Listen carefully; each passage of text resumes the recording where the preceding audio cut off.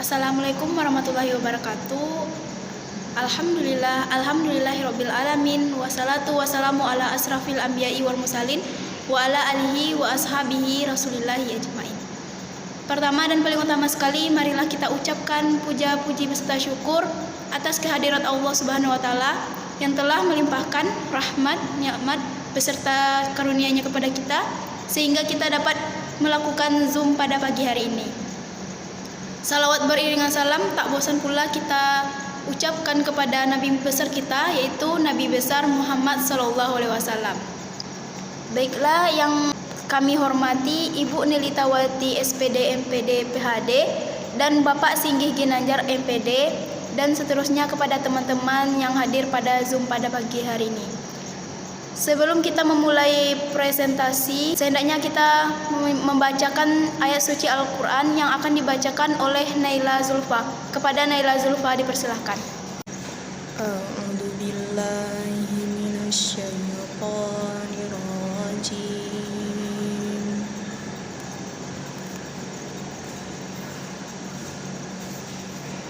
Bismillahirrahmanirrahim. Walikulli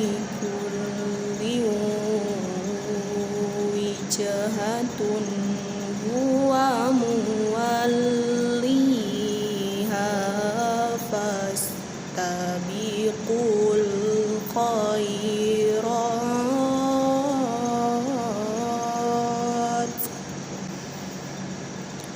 aynama takunu ya'ti bikumullahu jami'a. Innallaha ala kulli syai'in qadir.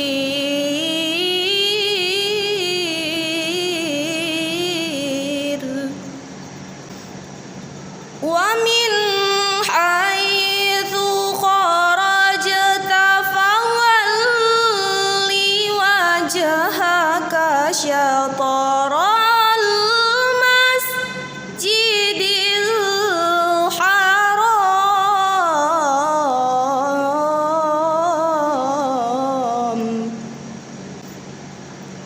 wa innahu lal haqqu mir rabbika wa mallahu bighafilin amma ta'malun.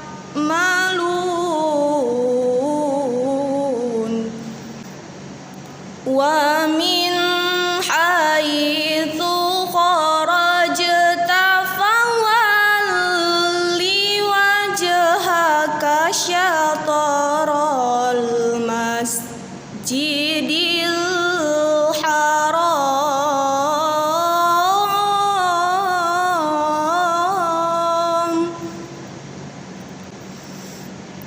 wa haitsu ma kuntum fawallu wujuhakum syatarahu li'alla yakuna linnasi 'alaikum hujjah li'alla yakuna linnasi 'alaikum hujjatun illa alladhina zalamu minhum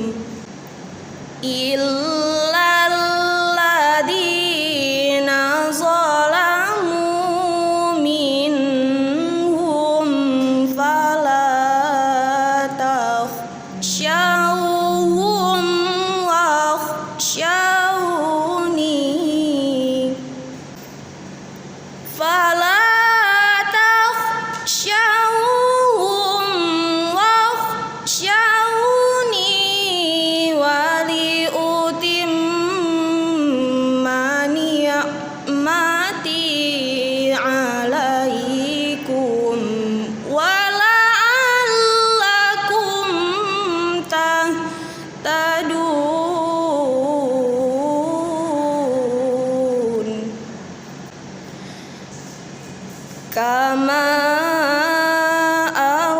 arsalna fikum rasulam minkum yatlu alaikum ayatina wa yuzakkikum wa yu'allimukumul kitaba wal hikmata wa yu'allimukum ma lam takunu ta'lamun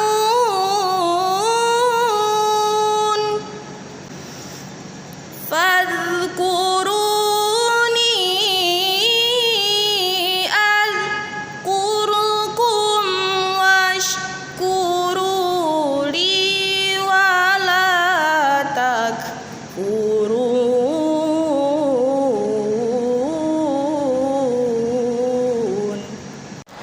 Shadaqallahul azim.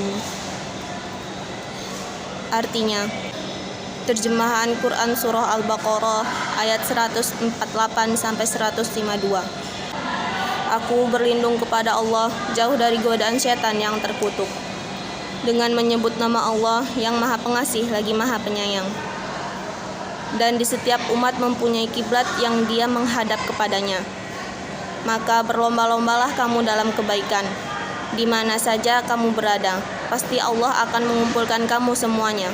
Sungguh Allah Maha Kuasa atas segala sesuatu. Dan dari manapun engkau Muhammad keluar, hadapkanlah wajahmu ke arah Masjidil Haram. Sesungguhnya itu benar-benar ketentuan dari Tuhanmu. Allah tidak lengah terhadap apa yang kamu kerjakan.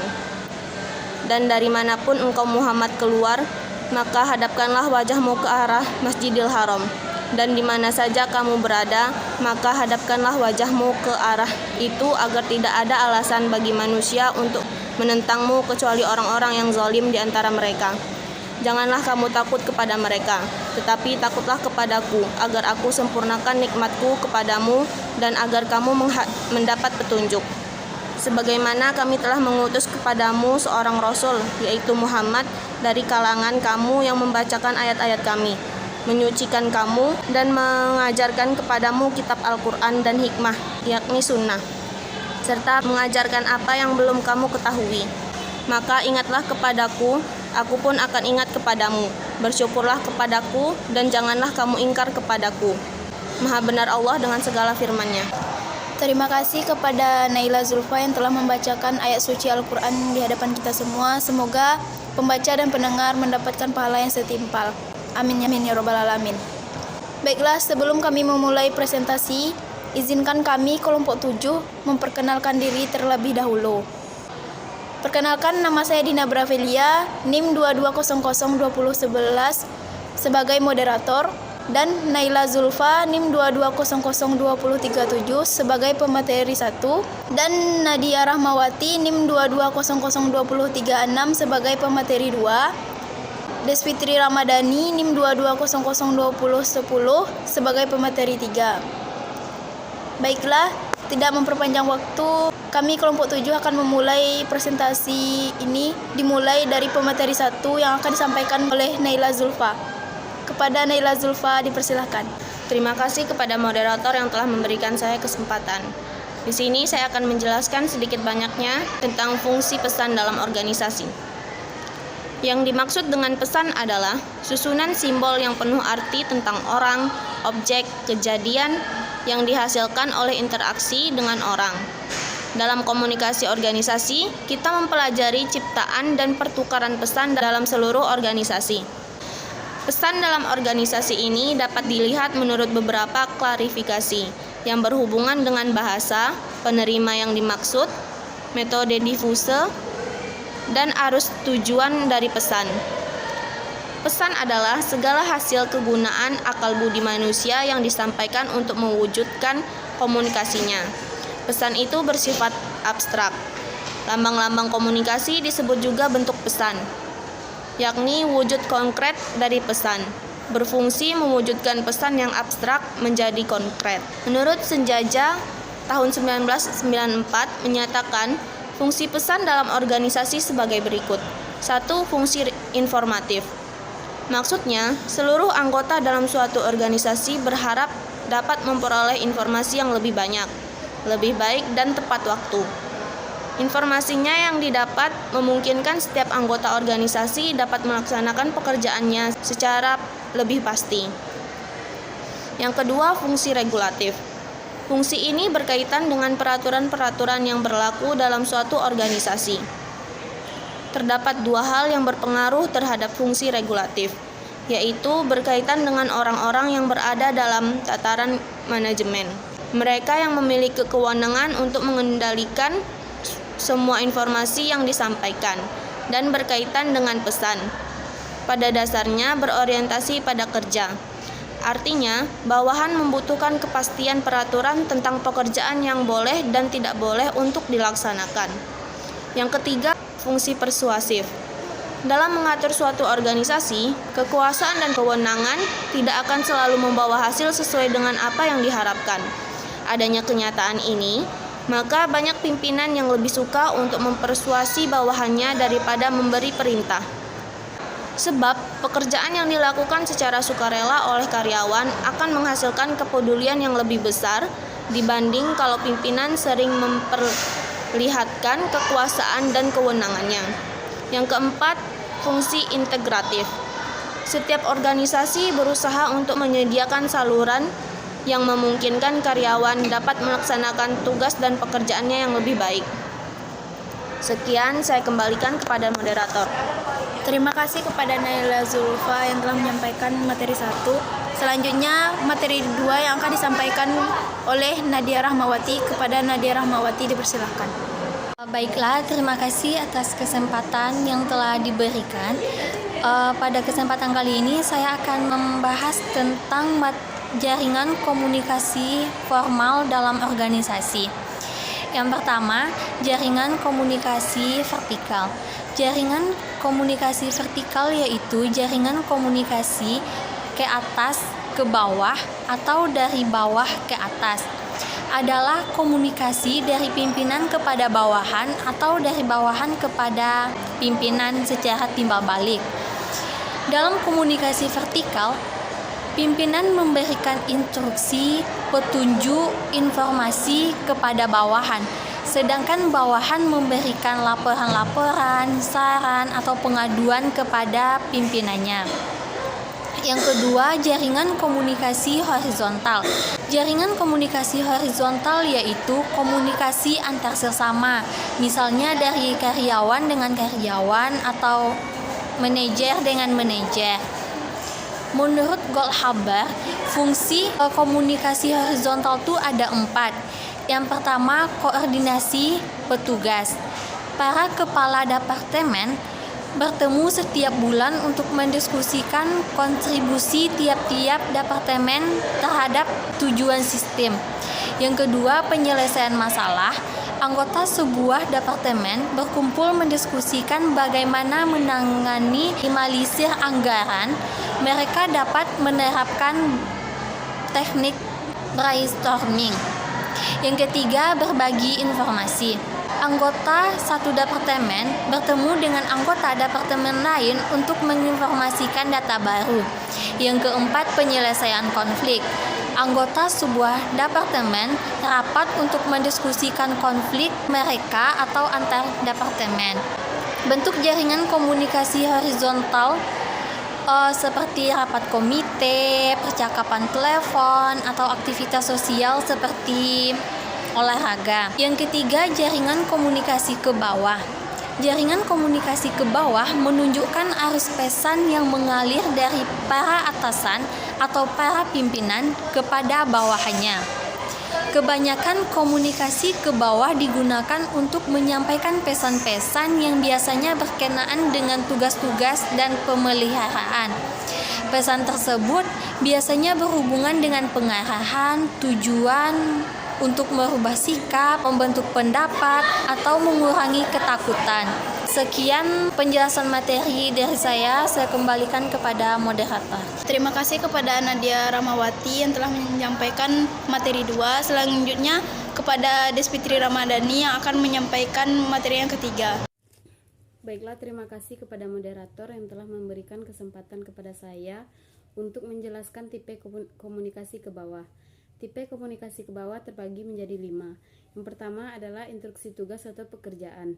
Instruksi tugas atau pekerjaan yaitu pesan yang disampaikan kepada bawahan yang mengenai apa yang diharapkan dilakukan dan bagaimana melakukannya. Pesan itu mungkin bervariasi seperti perintah langsung, deskripsi tugas, prosedur manual, program latihan tertentu, alat-alat bantu, melihat dan mendengar yang berisi pesan-pesan tugas dan sebagainya. Faktor yang prinsipal adalah mempengaruhi isi dari instruksi tugas-tugas yang kelihatannya kompleks dan menghendaki keterampilan dan pengalaman untuk melakukannya. Instruksi tugas yang tepat dan langsung cenderung dihubungkan dengan tugas yang sederhana yang hanya menghendaki keterampilan dan pengalaman yang minimal. Instruksi yang lebih umum biasanya digunakan bagi tugas yang kompleks, di mana karyawan diharapkan menggunakan pertimbangannya, keterampilan, dan pengalamannya. Yang kedua yaitu rasional pekerjaan. Rasional pekerjaan adalah pesan yang menjelaskan mengenai tujuan aktivitas lain dalam organisasi atau objektif organisasi. Kualitas dan kuantitas dari komunikasi rasional ditentukan oleh filosofi dan asumsi pimpinan mengenai bawahannya. Bila pimpinan menganggap bawahannya pemalas atau hanya mau bekerja apabila dipaksa, maka pimpinan memberikan pesan yang bersifat rasional ini sedikit. Tetapi bila pimpinan menganggap bawahannya orang yang dapat memotivasi diri sendiri dan produktif, maka biasanya diberikan pesan rasional yang banyak. Yang ketiga adalah ideologi. Ideologi adalah pesan mengenai ideologi ini adalah merupakan perluasan dari pesan rasional. Pada pesan rasional, penekanannya ada penjelasan tugas yang kaitannya dengan perspektif organisasi. Sedangkan pada pesan ideologi sebaliknya mencari sokongan dan antusias dari anggota organisasi guna memperkuat loyalitas, moral, dan motivasi. Yang keempat adalah pesan informasi. Dimaksudkan untuk memperkenalkan bawahan dengan praktik-praktik organisasi, peraturan-peraturan organisasi, keuntungan, kebiasaan, dan lain yang tidak berhubungan dengan instruksi dan rasional. Yang kelima adalah balikan. Balikan adalah pesan yang berisi informasi mengenai ketepatan individu dalam melakukan pekerjaannya. Salah satu bentuk sederhana dari balikan ini adalah pembayaran gaji karyawan yang telah siap melakukan pekerjaannya atau apabila tidak ada informasi dari atasan yang mengkritik pekerjaannya. Berarti pekerjaannya sudah memuaskan, tetapi apabila hasil pekerjaan karyawan kurang baik, balikannya mungkin berupa kritikan atau peringatan terhadap karyawan tersebut. Baiklah, selanjutnya adalah faktor yang mempengaruhi komunikasi ke bawah. Faktor yang mempengaruhi komunikasi ke bawah terbagi menjadi 5. Yang pertama adalah keterbukaan. Kurangnya sifat terbuka di antara pimpinan dan karyawan akan menyebabkan pemblokan atau tidak mau menyampaikan pesan dan gangguan dalam pesan. Umumnya para pimpinan tidak begitu memperhatikan arus komunikasi ke bawah. Pimpinan mau memberikan informasi ke bawah bila mereka merasa bahwa pesan itu tidak penting bagi penyelesaian tugas. Tetapi apabila suatu pesan tidak relevan dengan tugas, pesan tersebut tetap dipegangnya. Misalnya, seorang pimpinan akan mengirimkan pesan untuk memotivasi karyawan guna penyempurnaan produksi, tetapi tidak mau mendiskusikan kebijaksanaan baru dalam mengatasi masalah-masalah organisasi. Yang kedua adalah kepercayaan pada pesan tulisan. Kebanyakan para pimpinan lebih percaya pada pesan tulisan dan metode difusi yang menggunakan alat-alat elektronik daripada pesan-pesan yang disampaikan secara lisan dengan tatap muka. Hal ini menjadikan pimpinan lebih banyak menyampaikan pesan secara tertulis berupa buletin, manual yang mahal-mahal, buklet, dan film sebagainya, pengganti kontak personal secara tatap muka antara atasan dan bawahan. Hasil penelitian Dahle 1981 menunjukkan bahwa pesan itu akan lebih efektif bila dikirimkan dalam bentuk lisan dan tulisan.